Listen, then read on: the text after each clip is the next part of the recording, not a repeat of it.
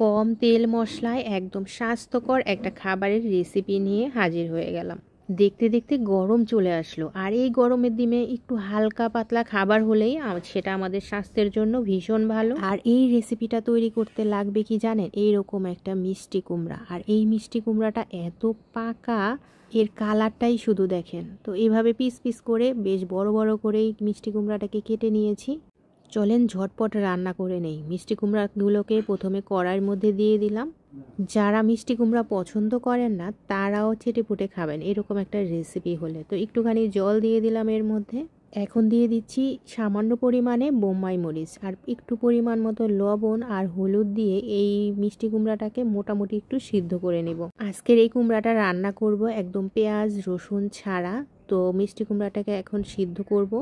এই মিষ্টি কুমড়ায় রয়েছে ভিটামিন এ, সি, পটাশিয়াম এবং আছে প্রচুর পরিমাণে ফাইবার, যা খেলে আমাদের রোগ প্রতিরোধ ক্ষমতা তো বাড়বেই এবং ত্বকের উজ্জ্বলতা ফেরাতেও আমরা এই মিষ্টি কুমড়া খেতে পারি। এইদিকে মিষ্টি কুমড়াটা কিন্তু সিদ্ধ হয়ে গিয়েছে। আজকে কুমড়াটা রান্না করব ইলিশ মাছের মাথা দিয়ে।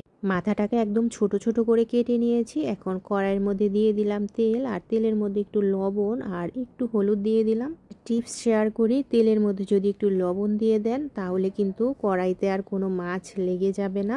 তেলের মধ্যে এখন মাথাগুলোকে দিয়ে দিচ্ছি, আর খুব কড়া কড়া করে এই মাছের মাথাগুলোকে ভেজে নিব। দেখেন দেখতে দেখতে মাছের মাথাগুলো কিন্তু ভাজা হয়ে গিয়েছে। আর এখন এই ভাজা মাছগুলোকে উঠিয়ে নিচ্ছি তেলের থেকে। এখন এই তেলের মধ্যেই ফোড়ন দিয়ে দিব কালো জিরা। ফোড়নটা হয়ে গেলে এর মধ্যে মাছের মাথাগুলোকে দিয়ে একটু তেলের মধ্যে আবার একটু নেড়ে নিব। এখন সিদ্ধ করে রাখা মিষ্টি কুমড়াগুলোকে এই যে তেলের মধ্যে ছেড়ে দিলাম। এখন একটু নেড়ে চেড়ে ভালো করে কষিয়ে নিব মিষ্টি কুমড়াটাকে। এই কুমড়াটার কালারটা এত সুন্দর আর খেতে ভীষণ মজার এই কুমড়াটা।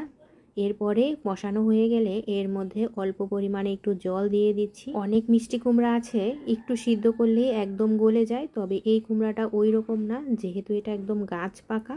এখন কুমড়াটাকে মোটামুটি আর একটু সিদ্ধ করে নিব। এখন এই যে সিদ্ধ হয়ে গেলে এটা নামানোর আগে এর মধ্যে কিছু মশলা অ্যাড করে দিচ্ছি। ভাজা ধনিয়া জিরার গুঁড়া দিয়ে দিলাম হাফ চা চামচ। আর এখন এর মধ্যে দিয়ে দিচ্ছি অল্প একটু পরিমাণে চিনি। এখন অনেকেই বলবেন যে মিষ্টি কুমড়া তো এমনি মিষ্টি, চিনি দেওয়ার দরকার কি? তাহলে তারপরও মিষ্টিটা দিলে এর স্বাদটা একটু বেড়ে যায়। এখন এখানে দিয়ে দিব কিছুটা পরিমাণ ধনিয়া পাতা।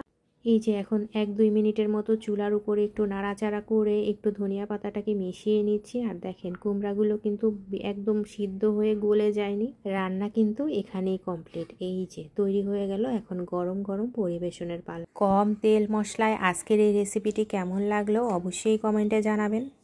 সবাই ভালো থাকবেন, সুস্থ থাকবেন। কথা হবে নতুন কোনো রেসিপিতে। সেই পর্যন্ত সবাই ভালো